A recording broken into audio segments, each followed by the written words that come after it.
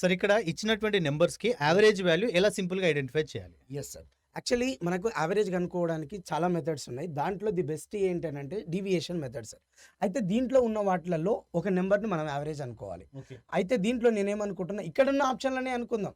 మనకి 50 అనేది easiest number కాబట్టి 50 అనుకుంటాం. 50 కంటే ఎంత తక్కువ ఉంది సార్ ఇది? -15 యెస్ -15 ఇది -3 ఇది +2 ఇది +11 ఇది +9 ఇది -1. ఓకే. ఇప్పుడు దీన్ని సింప్లిఫై చేస్తే మైనస్ వాల్యూస్ ఎన్ని ఉన్నాయి సార్?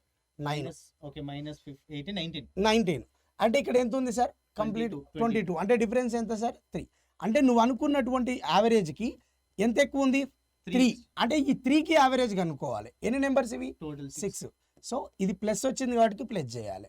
అప్పుడు ఇది 1 జా ఇది 2 జా అంటే 50.5 అనేది ఆన్సర్ అవుతుంది. అలాగే స్క్రీన్ మీద చూపిస్తున్నటువంటి నెంబర్స్‌కి యావరేజ్ వాల్యూ ఎంత అవుతుందో ఖచ్చితంగా కామెంట్ చేయండి.